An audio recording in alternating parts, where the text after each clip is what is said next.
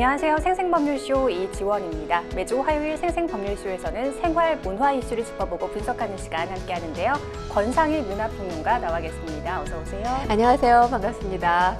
네, 평론가님, 요즘 들어 연예계에서 이혼 소식이 유독 좀 많이 들리는 것 같아요. 저희가 이 시간에도 참 자주 전해드리지 않았나 이런 생각이 들 만큼 이혼 소식을 자주 접할 수 있는데, 사실 뭐 예년과 비교를 할 수 있는 통계나 이런 게 나와 있지는 않아요. 그래서 그것까지는 정확하게 예년에 비해서 어느 정도 늘었다 이렇게 말씀을 드릴 수는 없지만, 과거에 비해서 이혼 소식이 더 많아졌다라고 느끼는 게, 과거에는 사실 뭐 이 연애 전문 매체에서 누구와 누가 이혼했다더라 이런 간단한 이 소식을 기사화했다면, 요즘에는 이혼의 전 과정이 이 당사자들 사이에서 SNS로 거의 생중계되다시피 네, 하잖아요. 낱낱이 나오죠. 네, 그러다 보니까 거의 진흙탕 싸움을 대중이 지켜봐야 되는 상황이고, 그런 차원에서 이 대중이 체감하기에는 이혼 관련된 보도가 과거에 비해 상당히 많이 쏟아지고 있다 이렇게 느끼는 게 아닌가라는 생각이 듭니다. 근데 이게 뭐 저희가 누누이 말씀을 드렸지만 대중의 피로도를 상당히 높이는 일이기 때문에 이와 관련된 어떤 매체들의 보도들 좀 이제는 접하지 않았으면 하는 마음도 듭니다. 네, 지금 이 방송은 유튜브를 통해서 실시간으로 함께 방송되고 있습니다. 많은 시청 부탁드리고요. 유튜브를 통한 소통의 창구도 활짝 열어두겠습니다. 방송 중 궁금하신 질문들 올려주시면 답도 해드릴 테니까요. 많은 참여 부탁드립니다. 여러분은 지금 생생법률쇼와 함께하고 계십니다.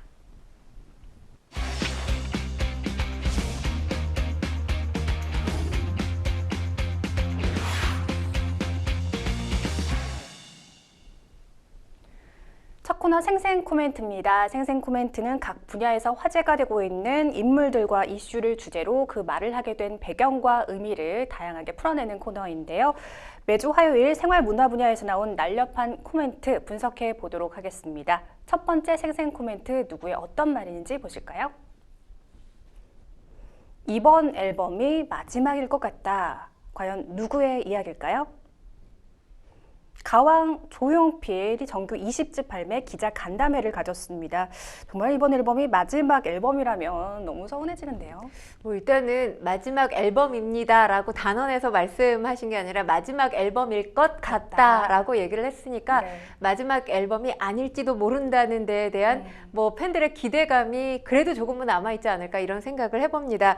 지난 한 주에 가요계를 달군 여러 가지 소식 중에서 주목받는 이슈 중에 하나가 가왕 조용필의 기화아니었을 겁니다. 조용필 씨 이번 앨범 20집 앨범이죠. 마지막이 될 것 같다라고 밝혔는데요. 반세기 넘게 이 음악에 대한 열정을 쏟아 부었다라고 말씀을 드려도 과언이 아닐 겁니다. 이번 앨범 상당히 오랜만에 발매된 앨범이죠. 왜냐하면 2013년에 헬로 앨범, 그러니까 이 헬로 앨범에서 가장 눈길을 끌었던 게 바운스라는 곡이었잖아요. 60대 가수가 어떻게 이렇게 젊은 감각으로 젊은 노래를 부르지? 많은 대중들이 환호했던 그런 곡이었는데, 그로부터 침묵의 시간이 꽤 길었습니다. 11년 만에 새 앨범을 발매를 한 거고요. 새 앨범을 가지고 나오면서 이게 이제 마지막 앨범이 될지도 모른다라는 취지의 발언을 내놓은 겁니다. 사실 조용필 씨, 뭐 가왕이라고 불리는 데는 이유가 있죠. 굉장히 팬들, 대중 입장에서는 완벽한 앨범들을 매번 내놓고 있다라고 생각을 하는데, 본인은 그렇지가 않습니다. 만족하다 해서 내놓은 적이 단 한 번도 없었다라고 밝히고 있죠. 네. 평생을 노래에 바치고도 여전히 노래를 배우는 것, 무언가를 배우는 게 재밌다는 가수의 나이가 벌써 74살입니다. 마지막이란 말, 뭐 제가 아까 혹시나 하는 의미로 또 해석을 했지만, 이런 해석을 하는 게 여전히 조용필 씨의 열정이 살아있기 때문이 아닐까 그런 생각도 해봅니다. 네, 조용필의 정규 20집 22일에 발매됐으니까 꼭 일주일이 됐는데요. 앨범 제목도 20입니다. 어떤 곡들이 담겨 있나요? 다양한 장르 곡들이 담겨져 있습니다. 락, 또 일렉트로니카, 발라드를 아우르는 다채로운 음악 장르 만나실 수가 있고요. 이번에 이 앨범의 타이틀곡이 모던 락인 그래도 돼라는, 그러니까 모두에게 위로와 응원을 보내는 메시지를 담고 있는 곡인데, 네. 이 곡 외에도 타이밍 외 이렇게 신곡 3곡이 담겨져 있고요. 앞서 발표한 찰나 등 총 7곡이 담겨져 있습니다. 특히 그래도 돼 이 곡, 지금 굉장히 많은 분들 마음을 울려주고 있는 그런 곡인데, 조용필 씨가 TV에서 스포츠를 보는데 이 방송 카메라가, 중계 카메라가 패자는 비치지 않고 승자만 비치는 모습에 착안을 했다고 해요. 이때 패자 마음은 어떨까? 속상하고 섭섭하겠지만 본인 같으면 다음엔 이길 거야, 힘을 가질 거야, 지금은 그래도 돼, 한 번 더, 이런 생각을 작사가한테 전달을 했다고 하고요. 그래서 노랫말이 탄생을 했다고 합니다. 그동안 뭐 조용필 씨가 불렀던 노래 중에 많은 부분을 차지하는 게 사랑에 관련된 노래였잖아요. 그런데 이제는 희망을 주는 음악을 하고 싶다라는 이야기도 밝혔습니다. 네, 그래도 돼라는 말이 참 그 말만으로도 위로가 되는 것 같습니다. 올해 데뷔 56주년을 맞은 조용필 선생님, 자신의 음악 인생을 관통하는 키워드로 도전을 꼽았는데요. 여든을 바라보는 나이임에도 정말 대단한 열정을 가지셨다는 생각이 들어요. 일단 뭐 지금 74세 나이에 20번째 앨범을 냈다는 것 자체가 사실 우리가 100세 시대를 아주 흔하게 이야기를 하고는 있습니다만 70 넘는 나이에도 현역으로 활동을 하고 그 나이에도 새 앨범을 낸다는 것 자체는 사실 그런 활동을 하고 있는 가수가 손에 꼽을 만큼이잖아요. 그 자체가 정말 대단한 거예요. 그렇죠. 네. 그 자체가 저는 하나의 도전이라고 생각을 하고요. 또 조용필 씨가 가수로서 뭐 지금 아까도 제가 말씀을 드렸던 새로운 앨범에도 여러 장르의 음악들이 담겨져 있지만 한 장르로 국한할 수 없는 가수라는 것 자체도 이 가수로서 여러 장르에 대한 도전을 끊임없이 해왔다라고 말씀을 드릴 수가 있을 겁니다. 일단은 1980년에 정식으로 발매한 첫 앨범, 국내 최초로 100만 장을 돌파했는데 그동안 발표했던 노래들을 살펴보면 민요를 재해석한, 그러니까 가수가 민요를 재해석해서 노래를 한 건 뭐 제가 기억하기로는 김세라나 씨 정도인데 네. 한오백년 조용필 씨가 재해석했던 노래죠. 그리고 시대를 앞질러 간 노래로 평가를 받는 게 바로 조용필 씨의 또 명곡 중에 명곡으로 알려진 단발머리. 또 나레이션이 들어간 노래, 이후에는 상당히 많이 나왔지만 그 전까지는 나레이션이 포함됐던 노래가 제 기억으로는 없었던 걸로 압니다. 이 킬리만조의 표범까지 사실 매 순간순간 뭐 지난 2013년에 발표했던 바운스라는 곡도 그렇고 기존의 조용필을 깨기 위해서 새로운 조용필을 만들어내는데 참 열심히 열정을 다해서 앨범을 만들었던 그런 가수가 조용필 씨가 아니었나 이렇게 생각을 합니다. 네, 정말 말씀해 주신 대로 장르적 스펙트럼이 정말 폭넓으신 분이라는 생각이 듭니다. 가왕 조용필답게요. 이번 앨범의 뮤직비디오는 영화계 톱스타들이 총출동했다고요? 뮤직비디오가 사실 한 번만 봐서는 그 의미를 제대로 이해하기가 참 어려워요. 보면 뭐 대중들에게 관심을 끄는 원동력으로 작용하는 게 지금 뮤직비디오이기도 한데 배우 이솜 씨가 주인공이죠. 그리고 TV 속에서 영화 장면들이 흘러나옵니다. 우리가 극장에서 봤던 송강호 씨가 주연했던 괴물이라든지 부산행 태극기 휘날리며 이런 장면들이 나오는데 이솜 씨가 이 장면들에 자신을 이입해서 이 아들과 딸, 아들로는 변유한 씨가 나오고 딸로는 정말 연기 잘하는 배우죠. 전미도 씨가 딸로 등장을 해서 이렇게 자녀를 사랑으로 키우면서 인생을 돌아보는 모습을 감동적으로 그려내고 있습니다. 네. 게다가 이 남편으로 이 박근영 씨, 원로 배우 박근영 씨가 무게감을 더해주고 있습니다. 이들 모두 조용필 씨의 마지막 앨범 이 뮤직비디오 참여하는 것에 대해서 흔쾌히 오케이 했다고 하는데요. 특히나 뭐 영화 괴물의 송강호 씨라든지 태극기 휘날리며의 장동건 씨, 이 뜻밖의 지원군이라고 할 수 있습니다. 뮤직비디오 화면에 정면으로 담겼는데 무료로 초상권까지 제공을 해줬다고 하고요. 물론 이 영화 장면들은 사용료를 당연히 내고 활용을 했어야 됐어요. 그래서 시간이 조금 많이 걸렸다고 하는데 이렇게 뭔가 응원과 희망 그리고 위로를 주는 노래에 가족의 이야기가 더해지다 보니까 그 공감력이 더 커지지 않았나라는 생각도 해봅니다. 네, 뮤직비디오 연출한 감독도 요즘 가장 핫한 돌고래 유괴단이더라고요. 그렇죠. 네, 조용필 선생님의 20집 앨범 정말 우리나라 음악사에 어떤 의미로 남게 될까요?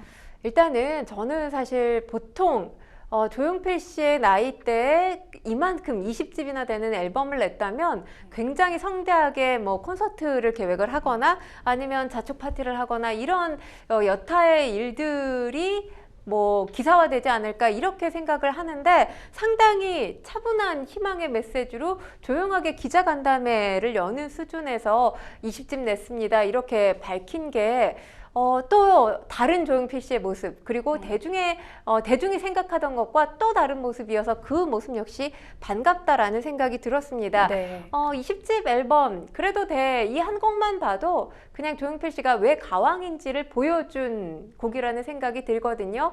일단은 뭐 기존의 어떤 노래 스타일로 대중의 시선을 사로잡았다면 이제는 또 거기에 더해서 메시지로서 대중에게 울림을 주겠다. 이 역시 기존의 조용필 씨의 음악과는 또 다른 차원의 도전이라고 생각을 하는데, 그런 차원에서 글쎄요, 도전이 저는 20집에서 멈출 것 같다라는 생각을 들지 않는 게 계속 노래를 하고 싶다라고 밝혔어요. 네. 그런데 뭐 우리가 일반인들이 보통 노래하고 싶다 그러면 노래방 가서 해도 되지만 네. 가왕 조용필 씨가 계속 노래하고 싶다라고 밝힌 건 현재로서 본인이 가지고 있는 여건 하에서는 마지막일 것 같다라는 느낌이 들긴 합니다만, 이게 체력이나 또 창의력이나 이런 모든 것들이 더 뒷받침이 된다면 지금 20집에서 가요사의 어떤 의미를 재단할 것이 아니라 다음 앨범을 좀 더 기대해 봐도 되지 않을까라는 생각도 조심스럽게 가져봅니다. 네, 정말 계속 노래해 주시고 한 집 한 집 더 발매해 주시면 좋겠다는 소망이 있습니다.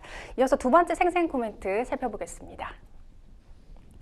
7억 시계 준비해줘. 시계가 7억이라니 도대체 무슨 일일까요? 양현석 YG 엔터테인먼트 총괄 프로듀서가 명품 시계를 세관에 신고하지 않고 반입한 혐의로 재판에 넘겨졌다고 합니다. 어떻게 된 일인가요? 검찰은 지난달 13일 이 양현석 씨 YG 총괄 프로듀서에 대해서 이 관세법 위반 혐의를 적용해서 불구속 기소했습니다. 2014년 9월에 인천공항에 입국하면서 총 8억 2,800여만 원 상당의 명품 시계 2개를 세관에 신고하지 않고 국내에 반입한 혐의를 지금 받고 있는 건데요. 내달 15일 첫 공판 기일이 예정돼 있습니다. 이에 따라서 YG 엔터도 입장을 밝혔는데 10년의 공소시효 만료를 앞두고, 제가 기억하기로는 이제 공소시효 만료 한 나흘을 앞두고 지금 기소된 걸로 알려졌어요. 네네. 성급하게 무리하게 검찰이 기소를 했다라는 입장입니다. 여기에 유감을 표한다고 밝혔고요. 2017년 당시에 양현석 씨 이 성실히 조사를 받았고 협찬 시계들을 모두 조사기관에 자진 제출했다라는 것이 지금 YG의 입장입니다. 그게 10년 전 일이긴 한데요. 그런데 이 양현석 총괄은 명품 시계를 홍보 목적으로 받았다고 해명을 했는데 이 역시도 사실이 아닌 것으로 보인다면서요? 일단 지금 양현석 총괄 같은 경우는 2014년에 시계업체로부터 홍보 부탁을 받고 협찬을 받은 것뿐이다, 이렇게 해명을 했는데 네. 3년 뒤인 2017년에 해당 시계업체가 통관 절차를 제대로 밟지 않아서 문제가 됐고요. 이 과정에서 양현석 총괄까지 조사를 받았다는 설명입니다.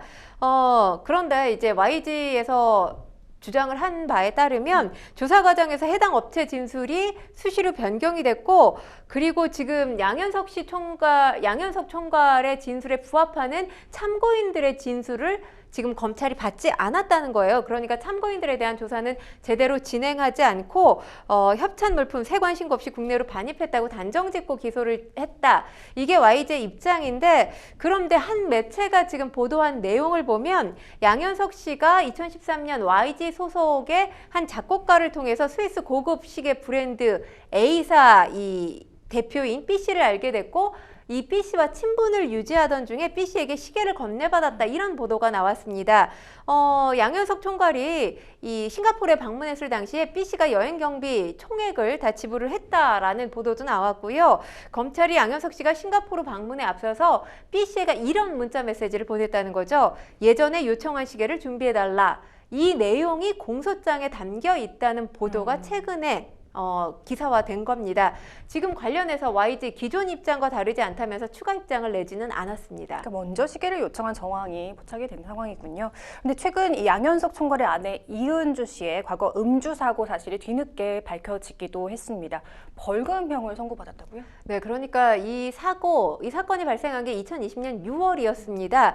2020년 9월 23일에 이은주 씨가 위험운전 치상 그리고 음주운전 혐의로 제주지법에 기소가 됐고요. 재판부 벌금 1,200만 원을 선고했습니다. 양측에서 항소를 하지 않았기 때문에 벌금형이 확정이 됐는데, 이 판결문을 보면 이은주 씨가 같은 해 6월 24일 오후 11시 55분쯤에 만취 상태로 승용차를 운전해서 제주시 한림읍에서 한강변까지 약 12km를 이동하던 중에 앞서가던 차량을 들이받은 겁니다. 혈중 알코올 농도는 당시에 면허 취소 수준이었던 것으로 전해지고 있는데 이 사고로 피해 차량 운전자와 동승자 2주가량의 치료가 필요한 상해를 입었던 것으로 전해집니다.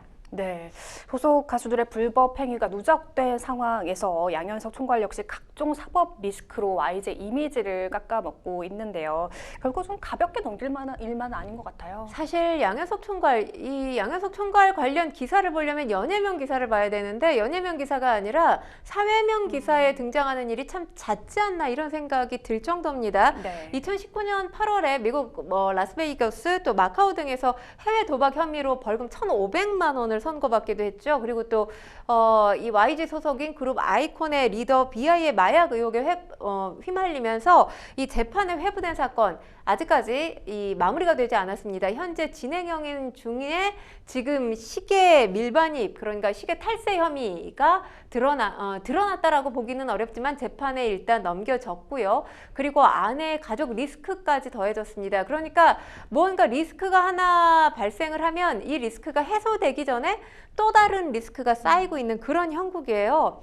다들 아시겠지만 이 양현석 씨 과거에는 스타였다가 현재는 지금 한류를 대표하는 엔터사를 운영하고 있는 기업가죠. 그런 만큼 대중 모두가 다 알고 있는 인물이에요. 이 도덕적 책임이 큰 인물이라고 할 수 있는데 이런 민감한 사안들에 자꾸 연루된다는 것, 이 양현석 씨 이미지뿐만 아니라 YG 전체 이미지에도 문제가 될 수 있기 때문에 좀 더 뼈아픈 자성의 시간이 필요하지 않나라는 생각 듭니다. 네, 사실 YG는 YG만의 독특한 음악 색깔이 있기 때문에 이 YG를 사랑하는 전 세계적인 팬들이 상당히 많은 회사인데 더 이상은 좀 팬들을 실망시키지 않았으면 좋겠습니다.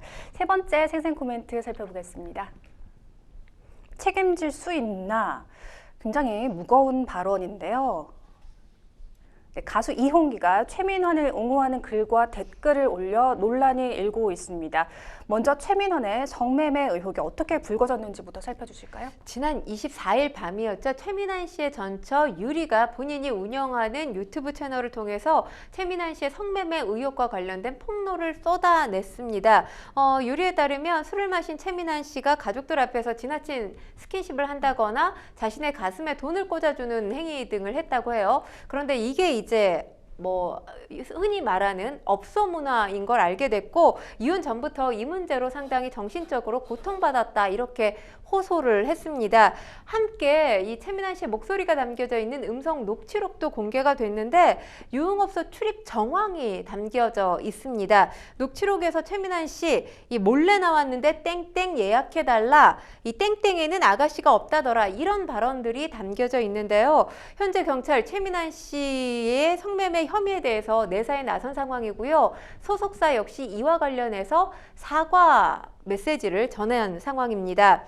그간 유리 씨, 이 엄마가 양육권도 포기했다. 이런 세간의 비판에 시달렸었죠. 부정적인 시선이 굉장히 팽배했는데 이 녹취록 그리고 유리의 이 관련한 발언들이 공개가 되면서 여론이 좀 뒤집혀졌다. 이렇게 볼 수가 있습니다. 최민환 씨의 성매매 의혹 결국에는 양육 자격이 있느냐, 양육 자격 논란으로까지 지금 확대가 되고 있는 상황인데 최민환 씨가 아이들과 함께 KBS의 한 예능 프로그램에 출연을 했었죠. 지금 이 관련 논란이 불거지면서 이 방송에서 하차한 상황이고요. 하지만 관련돼서 최민환 씨가 직접적으로 입장을 표명하지는 않고 있습니다. 네, 사실 유리도 아이돌이었잖아요. 아이돌도 갑자기 그만뒀는데 결국 어린 세 자녀를 두고 이혼했다는 비난의 여론이 일기도 했잖아요. 말씀 주신 대로. 근데 이렇게 뒤늦게 최민환의 사생활을 폭로한 이유가 따로 있을까요? 일단 지금 아이들의 친권, 양육권 모두를 최민환 씨가 갖고 있는 걸로 알려졌어요. 네. 그런데 만약에 최민환 씨의 사생활이 폭로가 될 경우에 사생활 폭로로 인해서 굉장히 경제적인 타격을 입을 거라는 것, 유리 씨가 그 정도를 고려 안 하진 않았을 것 같아요. 알면서도 폭로를 한 거죠. 그렇죠. 네. 그럼에도 불구하고 이런 리스크를 감내하고 폭로하게 된 이유, 유리를 향한 돈 없는 악플이 가장 주요 원인이 되지 않았나 이렇게 생각이 됩니다. 일단 이 아이 셋 모두를 최민환 씨가 양육하는 모습이 방송을 통해서 고스란히 이 전파가 되면서 그러니까 한마디로 유리에게 더 씌워진 프레임이라고 한다면 아이를 버리고 나간 뭔가 비정한 엄마 이런 프레임이 그러니까요. 만들어졌죠. 여기에 대해서 굉장히 비난 여론이 많았고요. 그리고 최근에 유리가 한 종편에 이혼을 소재로 한 예능 프로그램에 출연을 했는데 이와 관련해서도 네티즌들의 비판, 도 넘은 비판이 상당히 많았습니다. 네. 예를 들자면 너 이렇게 놀려고 네 인생 즐기려고 아이들 버렸구나 이런 비판까지 했다고 해요. 뭐 이건 거의 비판이 아니라 비난에 해당이 되는데 이런 이야기들을 직접 하면서 유리가 오열하는 모습도 보였습니다.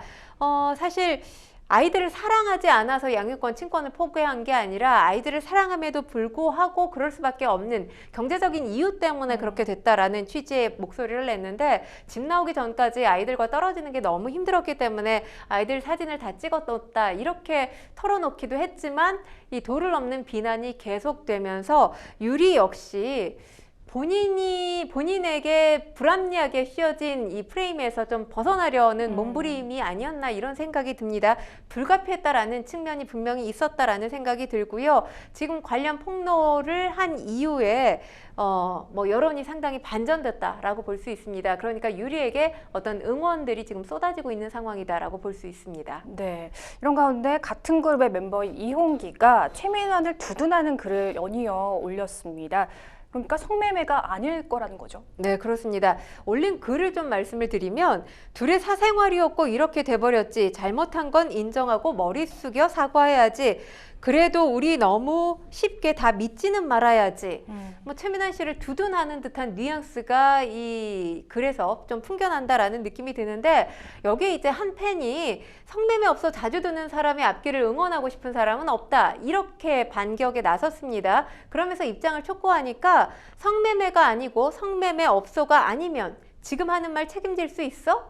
이렇게 팬에게 굉장히 단호한 듯한 댓글을 남겼습니다. 네. 뭐 유리의 폭로에도 이홍기 씨 최민환의 성매매 의혹이 사실이 아니라고 주장하는 것으로 보이는데요. 이 최민환 씨 목소리가 담긴 녹취록이 공개된 상황에서 여론 여전히 싸늘하죠. 그리고 최민환 씨가 방문한 곳이 설령 뭐 성매매 업소가 아니라 하더라도 부적절한 것을 간 것은 맞지 않느냐 이런 여론의 반응도 있습니다. 네, 이홍기가 최민환을 옹호하는 글과 댓글을 올린 이후 팬들과 기싸움을 좀 계속 이어가더니 결국 모든 글과 댓글을 삭제한 상황입니다.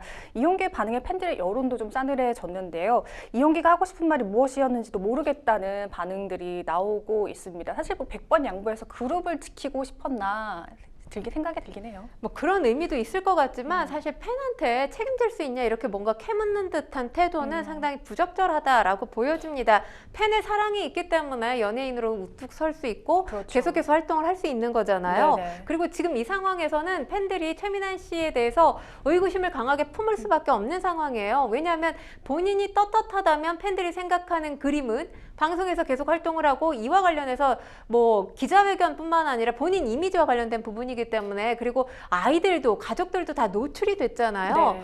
그러니까 본인의 명예뿐만 아니라 가족 전체의 이미지와도 관련이 있기 때문에 떳떳하다면 뭐 기자회견을 통해서라든지 입장을 밝히는 게 저는 직접 나와야 한다. 그렇죠. 맞다라고 네. 생각하는데 지금 그렇지 않은 상황에서 뭔가 편을 드는 뉘앙스를 풍기다가 팬에게 책임질 수 있냐 이렇게 캐묻는다? 팬들이 과연 이런 태도를 용납할 수 있을까요? 그리고 나서 이 댓글에 대해서 뭔가 본인이 또 다른 해명을 내놓은 것도 아니고 사과를 한 것도 아니고 그냥 삭제를 해버렸어요. 네. 상당히 무책임한 태도를 일관하고 있는 리더의 모습이기 때문에 최민환 씨와 유리 사이의 문제에 이홍기 씨가 개입을 하면서 리더 리스크까지 발생한 게 아닌가라는 생각이 듭니다. 팬은 또 상처가 얼마나 컸을지 싶기도 하고요. 이미 버닝썬 게이트로 전 리더 최종훈 리스크를 겪으며 한 차례 위기를 겪었던 FT 아일랜드인데요. 그야말로 그룹의 존폐 위기입니다. 앞으로 어떻게 대응하는 게 좋을까요? 일단 이홍기 씨가 뭔가 이제 팀을 지키기 위해서 그리고 멤버를 옹호하기 위해서 감정적으로 대응한 부분이 있다는 건 본인도 알았을 거라고 생각을 해요. 네. 그리고 지금 중요한 건 최종훈 리스크나 최민환 씨도 이제 리스크라고 말씀을 드려야죠. 이 둘의 리스크는 엄연히 사적인 부분에서 발생을 한 거예요. 네. 사실 뭐 버닝썬 게이트도 FT 아일랜드와는 전혀 무관하죠. 그리고 지금 최민환 씨로 인해서 불거진 리스크 역시 사실 부부 사이에서 발생한 일이기 때문에 이와 관련해서 멤버의 리더, 그러니까 그룹의 리더라는 이유만으로 섣불리 나선다는 것 자체가 상당히 신중하지 못하다라는 생각이 들어요. 그리고 일단은 지금 공연 계획이 계속 잡혀 있는 걸로 알려져 있어요. 네네. 최민환 씨가 이 공연에는 지금 합류를 하지 못할 것으로 보이는데 이 공연 자체에 누수가 없게 팬들이 공연을 보고 실망하지 않게 공연에 치중을 다하는 것이 이 리더로서의 역할, 지금 해야 할 가장 중요한 역할이 아닌가 생각됩니다. 네. 지금까지 생생 코멘트 만나봤고요. 저희는 뉴스픽스로 다시 돌아오겠습니다. 여러분은 생생 법률쇼와 함께하고 계십니다.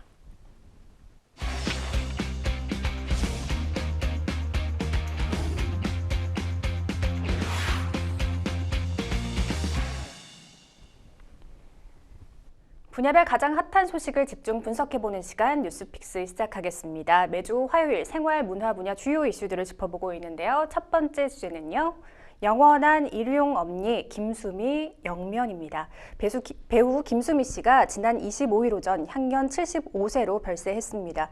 평소 굉장히 이미지가 활기찬 분이기도 하고요. 얼마 전까지 활발하게 활동을 하셨기 때문에 정말 많은 분들 놀라셨을 것 같습니다. 평론가님도 많이 놀라셨죠? 사실 올 하반기에 김수미 씨를 향해서 계속 건강 이상설이 제기되기는 했었어요. 네. 하지만 말씀하셨다시피 지난 9월까지도 TV에서 모습을 볼 수 있었기 때문에 건강이 어느 정도 회복됐나 보다라고 생각을 했지 이렇게 갑작스럽게 세상을 등질 거라고는 아마 어느 누구도 예상하지 못했을 겁니다. 예상할 수 없었던 예측 불가능했던 죽음이었기 때문에 그 놀라움과 충격 저도 마찬가지지만 대중들 상당히 크게 받지 않았을까 싶습니다. 네, 평론가님께서는 이 김수미라는 배우 어떤 이미지로 기억하고 계세요? 특유의 연기력 그리고 인간적인 매력이 넘치는 배우였다라고 기억을 하는데 특히나 김수미 씨가 맡았던 캐릭터들 굉장히 독보적이었죠. 특히 제가 저의 개인적인 견해입니다만 김수미 씨 연배의 이 중견 연기자들 가운데 코믹 연기로는 타의 추정을 불허하지 않나 그런 연기력을 갖춘 연기자였던 걸로 기억을 합니다. 코믹 연기의 대가라고 저는 생각을 하는데 이제 더 이상 김수미 씨가 대중을 향해서 전할 수 있는 코믹 연기를 볼 수 없다는 게 어떤 부분보다 가장 안타까운 부분이지 않나 싶습니다. 네, 그럼 예능 출연하셔서 욕을 하셔도 그게 밉지 않고 좀 사랑스러운 그렇죠. 이미지가 있으셨던 것 같아요. 또 근데 갑작스러운 소식이라 저희처럼 좀 황망한 분들이 많으셨을 것 같은데 김수미 씨에 대한 지병설이 한때 좀 돌기도 했습니다. 하지만 지병보다는 스트레스, 좀 외부 요인이 원인이 큰 것으로 전해지고 있죠. 네, 김수미 씨의 사인이 스트레스로 인한 고혈당 쇼크로 알려졌는데 고혈당 쇼크라는 게 이제 혈액 속에서 포도당 농도가 급격히 상승하면서 신체 기능이 저하되는 증상으로 스트레스 등 외부 요인이 주요 이유가 될 수 있다라고 하죠. 네. 근데 김수미 씨가 지난 5월에 뮤지컬 친정엄마를 공연을 했는데 이 공연 때문에 상당히 스트레스를 많이 받았던 것으로 지금 전해지고 있습니다. 이 친정엄마라는 작품이 김수미 씨가 무려 14년 동안 무대에 서면서 전원일기와 함께 가장 애착을 많이 가졌던 작품이라고 해요. 네. 그런데 애정을 많이 가졌던 반면에 고통을 주기도 했던 작품입니다. 밀린 출연료 때문인데요. 네. 지금 김수미 씨를 비롯해서 무대 스텝까지 포함해서 밀린 출연료만 4억 원에 달하는 걸로 알려졌습니다. 그런데 이 지금 제작사 대표는 연락 두절인 상태고요. 김수미 씨가 이 소송을 준비하고 있던 와중에 이렇게 갑자기 세상을 뜨게 된 걸로 알려졌는데 이 문제와 관련해서도 최근에 김수미 씨가 스트레스를 상당히 많이 받은 것 같다라는 지인의 또 이 한 언론사 인터뷰 내용이 밝혀지면서 이게 또 이 김수미 씨의 죽음의 하나의 원인이 된 거 아니냐 이런 목소리들이 나오고 있습니다. 네, 정말 이 공연계 출연료 미지급하는 문제 정말 좀 심각한 것 같아요. 그렇죠. 네.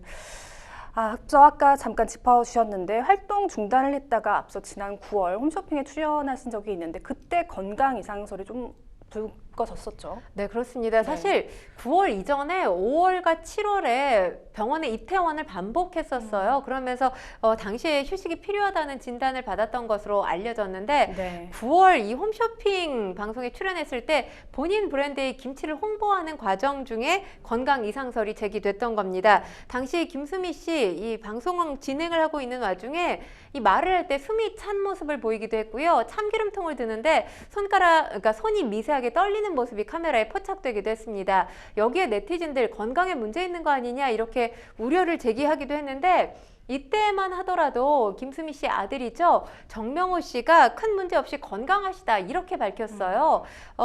녹화 영상인데 전날 밤을 새웠고 추석 전이라서 급히 촬영을 해야 해서 컨디션이 좋은 상태가 아니었기 때문에 그렇게 보였던 것 같다. 라고 밝히면서 나이가 있기 때문에 하룻밤만 새더라도 무리가 있으신 듯하다 이렇게 설명을 했고 이 발음이 부정확한 부분에 대해서는 김수미 씨가 임플란트 때문이다 이렇게 설명을 했습니다.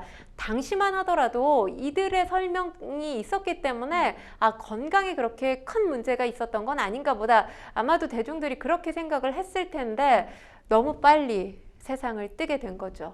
네, 김수미 씨가 1970년 데뷔를 하셨으니까 50년 넘게 연기를 해오신 건데요. 이 김수미 선생님의 대표작에는 어떤 것들이 있나요? 1970년 MBC 공채 3기 탤런트로 데뷔를 했습니다. 사실 무명 시절이 전혀 없었던 게 아니에요. 당시 이 젊은 시절 사진을 대중들이 많이 보셔서 아시겠지만 상당히 이국적인 외모, 미모의 소유자였죠. 그런데 사실 오랜 시간 무명 생활을 겪다가 이 연기로 승부를 보겠다라고 마음을 먹고 어르신들은 많이 기억을 할 겁니다. 드라마 아다다의 앙칼진 첩실 역할을 맡기도 했고요. 세아 씨의 몸종 화순이 역할을 맡았는데 이때 주연보다 더 빛나는 조연으로 연기상을 또 휩쓸기도 했습니다.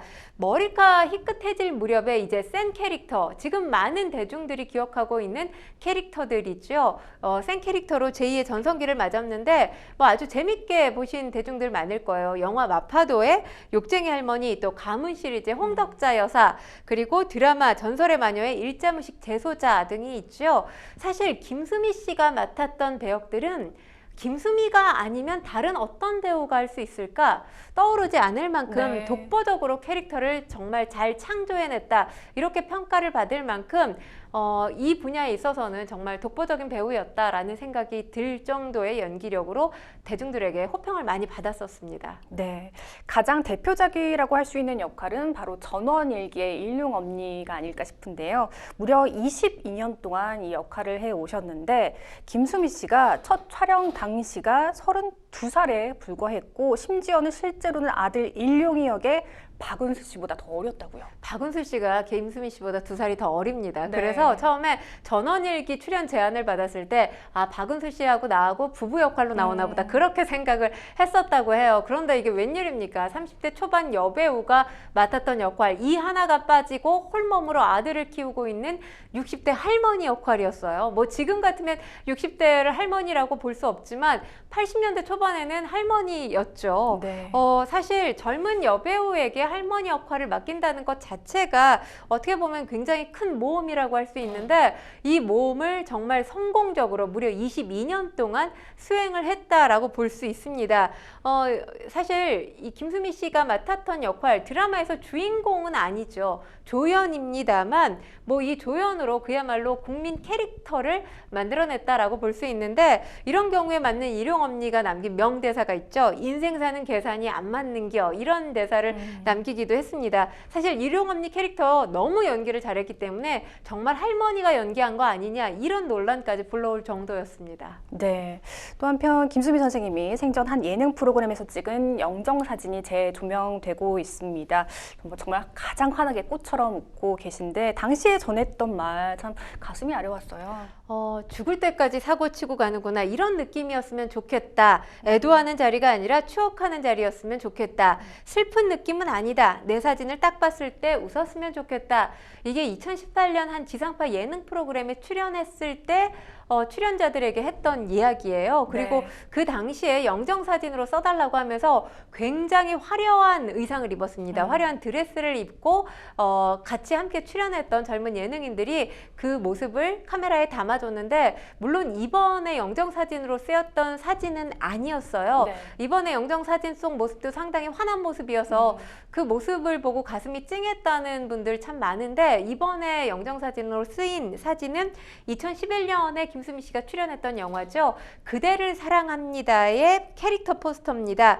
목도리에 털장갑을 낀 볼빨간 소녀 같은 네. 모습을 하고 있는데 이 영화에서의 캐릭터가 평생을 아낌없이 주다 기억을 잃어가는 치매 노인 역할을 맡아서 상상이 열연을 펼쳤던 모습 아직까지도 생생한데요.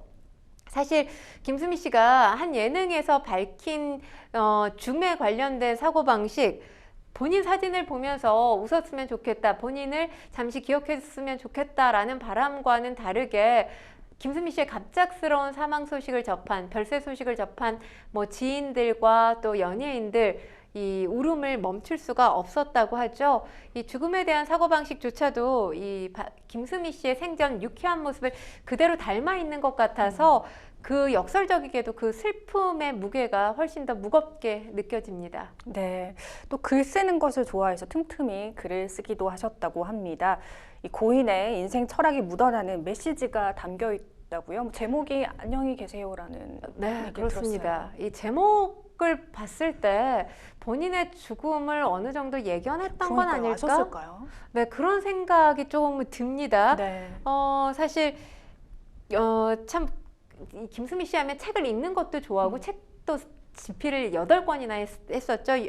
8권 상당히 뭐 배우로 활동하면서 바쁘게 살면서 많은 양의 집필을 했다라고 볼 수 있는 건데 이번에는 원고가 그냥 남겨진 겁니다. 아들 정명호 씨에 따르면 집에 가서 봤더니 이 김수미 씨가 생전에 써놓은 원고들이 꽤 있었다고 해요. 근데 말씀하셨다시피 책 제목이 안녕히 계세요 였다고 하고요.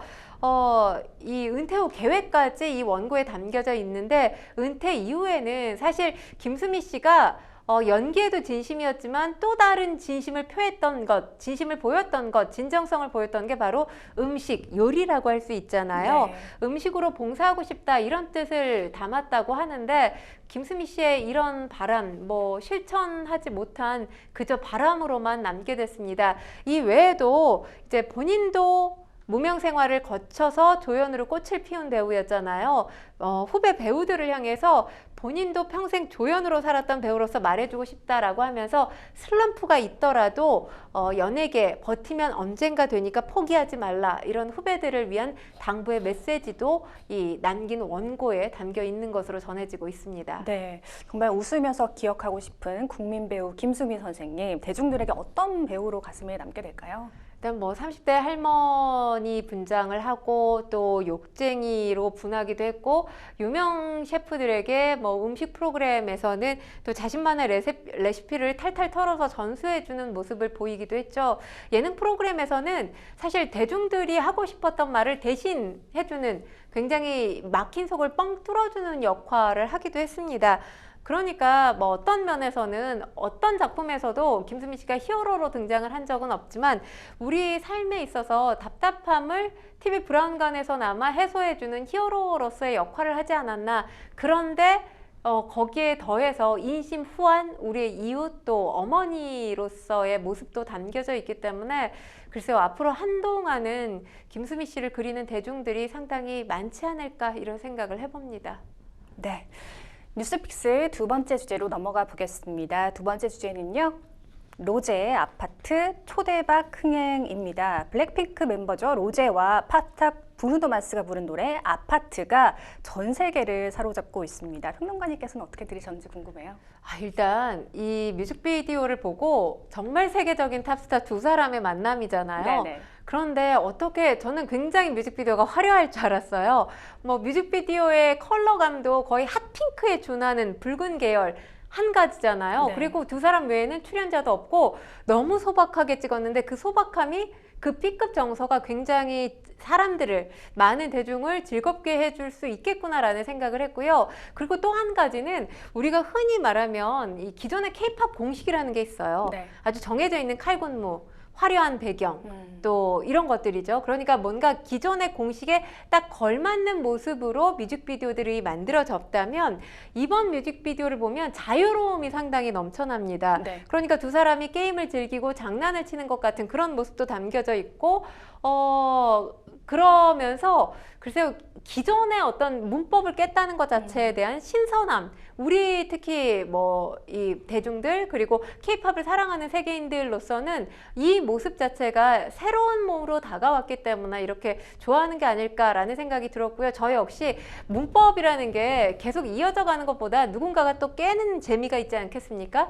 그 이번에 그 케이팝 문법을 깨준 로제의 뮤직비디오는 확실히 획기적이라는 생각이 들었습니다. 네, 한번 들으면 기억에 남을 수밖에 없습니다. 아파트, 그죠? 그렇죠. 네, 이렇게 굉장히 중독성 있는 리듬으로 국내외 아주 다양한 연령대에서 인기 얻고 있습니다. 그 이유가 뭐라고 보세요? 보통 케이팝 하면 케이팝의 주 소비층이 10대에서 30대예요. 그런데 지금 이 지니뮤직 연령별 차트를 보면 10대에서 30대뿐만 아니라 40대 그리고 50대 이상에서도 이 로제 아파트가 1위를 차지했습니다. 50대 이상 차트에서 2위부터 7위까지 싹쓸이한 가수가 바로 이명웅 씨거든요. 네. 그러니까 굉장히 이례적인 현상이 발생했다라고 볼 수 있는 건데요. 맞습니다. 일단 뭐 말씀해 주셨다시피 굉장히 아파트 입에 쉽게 붙어요. 그러다 착착 보니까 붙죠. 네. 네. 수능을 준비하고 있는 학생들 사이에서는 이 노래 절대 들어서는 안 된다. 수능 금지곡으로 꼽히고도 있잖아요. 네. 경쾌한 멜로디도 상당히 익숙해요. 그러다 보니까 연령이 조금 높다 하더라도 듣는데 전혀 거부감이 없다라고 볼 수 있죠. 그러니까 아파트라는 게 369 이 게임 리듬을 착용했다라고 볼 수 있잖아요. 그리고 아파트의 격음이 만들어낸 일종의 말맛이 저는 모든 연령대를 사로잡았다라고 볼 수 있다. 이런 생각이 듭니다. 이 케이팝을 연구하는 일본의 언어학자가 이렇게 평가를 했거든요. 아파트의 이 뜨거운 인기에 대해서 영어와 한국어가 만났잖아요. 네. 그런데 주종 관계없이 복수 언어를 살렸기 때문에 이렇게 인기를 끌 수 있었다라고 지금 분석을 하고 있습니다. 그리고 중요한 게 노래가 뭐 2분 30초가 됐든 4분이 됐든 노래 내러티브, 이야기를 담고 있는 노래들이 대부분이잖아요. 근데 아파트라는 곡을 들으면 내러티브와 상관이 없는 노래예요. 그냥 말맛을 그러니까 그냥 말썽을 극대화시킨 노래이기 때문에 거부감 없이 모든 사람들 또 그러니까 국경을 넘어서 많은 세계인들에게 사랑을 받고 있다. 이런 분석도 나왔습니다. 네, 실제로 로제가 즐겨하는 게임에서 좀 착안한 노래라고 하는데요. 그래서 더 친숙하게 느껴지는 것 같습니다. 그런 의미에서 이 아파트가 제2의 강남스타일이 될 거란 예측이 있던데요. 과연 어떨까요? 일단 뭐 강남스타일 벌써 인기를 끌었던 게 12년 전이에요. 2012년에 정말 세계적인 인기를 끌었었죠. 닮은 꼴이라고 볼 수 있는 게 강남이라는 지역명도 우리나라에 있는 거고요. 아파트도 사실 아파트먼트라고 우리가 안 하잖아요. 영어로 네. 아파트먼트인데 우리나라 사람들만 아파트라고 불러요. 이게 우리말인 동시에 콩글리시라고 볼 수 있는 거죠. 그러니까 뭐 한국에서 사용되는 일상어가 이제 중독성을 발휘했다라고 볼 수 있는 거죠. 그리고 단순하고 재미있는 리듬에다가 코믹한 댄스가 이 강남 스타일과 상당히 닮아 있다라고 평가받을 수 있는 부분입니다. 뭐 강남 스타일에서 강남 스타일 자체가 외국인들한테 유행을 하면서 외국인들이 강남 이렇게 부르기도 했잖아요. 네네. 그러니까 한국어 또 한국 문화에 대한 호기심이 문화적으로 소비가 됐다면 이번 아파트 역시 마찬가지 현상이 벌어지고 있다라고 볼 수 있는 건데 그때와 지금 문화의 어떤 저변 확대 이 상황이 상당히 다르죠. 사실 강남 스타일로 한국의 문화를 싸이가 알리기 시작했다면 지금 2024년에 뭐 K 컨텐츠 K팝 그 당시에는 사실 K 컨텐츠 K팝이라는 이름조차도 없었을 시절이잖아요.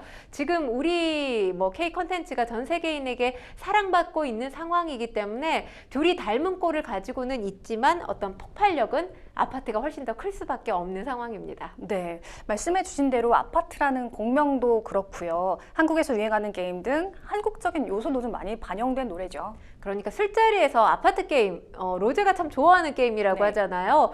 나이가 드신 분들은 이 아파트 게임 생소하겠지만 젊은 층 사이에서는 유행을 하고 있다고 하죠. 양손을 포개서 아파트처럼 쌓아 올린 뒤에 아래부터 손을 빼다가 이제 술래가 처음 외친 층수에서 손을 빼는 사람이 술을 술을 마시는 게임인데 이 프랑스 파리에서 열린 한 패션쇼 뒤풀이 현장에서 모델들과 로제가 이걸 함께 즐겼다고 하고요. 그리고 이제 이 게임에 제작사 동료들도 함께 했는데 이 동료들이 이 게임에 매료됐다고 합니다. 거기서 착안해서 아파트라는 노래를 만들게 된 거고요.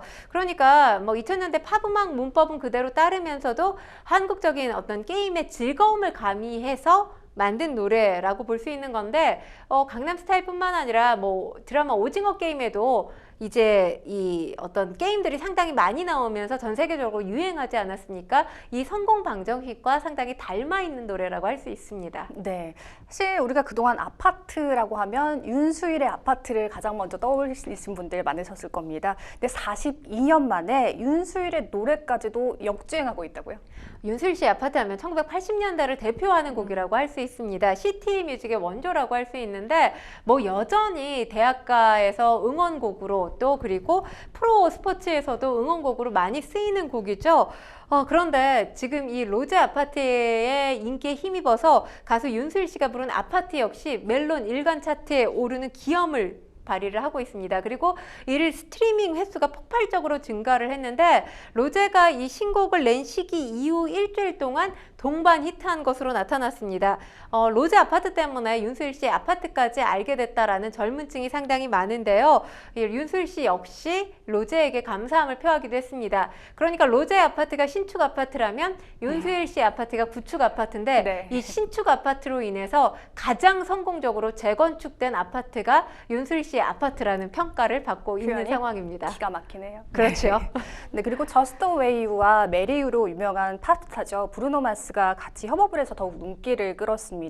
태극기를 들고 흔들거나 또 건배를 외치기도 했는데요. 브루노 마스의 인기도 한몫했겠죠? 그렇죠. 세계적인 팝스타와의 콜라보이기 때문에 뭐 이 폭발력, 화제성 클 수밖에 없었습니다. 특히나 이 뮤직비디오 보시면 아시겠지만 브루노 마스의 끼가 한몫하고 있다라고 느껴질 만하죠. 이 뮤직비디오 연출을 브루노 마스가 맡았습니다. 네. 아파트라는 단어 거의 로제만큼이나 또박또박 아주 정확하게 발음을 하고 있죠. 그리고 태극기 흔들면서 뭔가 이 아파트 게임 즐기다가 벌주를 마시는 듯한 모습, 국내외 팬들의 호응이 계속해서 이어지고 있는데 이 브루노 마스 하면 협업을 참 자주 하는 가수이기도 합니다. 아시다시피 그래미 어워즈에서 2번이나 상을 받은 가수고요. 그리고 이 앨범도 1,400만 장 이상 판매할 만큼 세계적으로 상당히 사랑을 받고 있는 그런 가수입니다.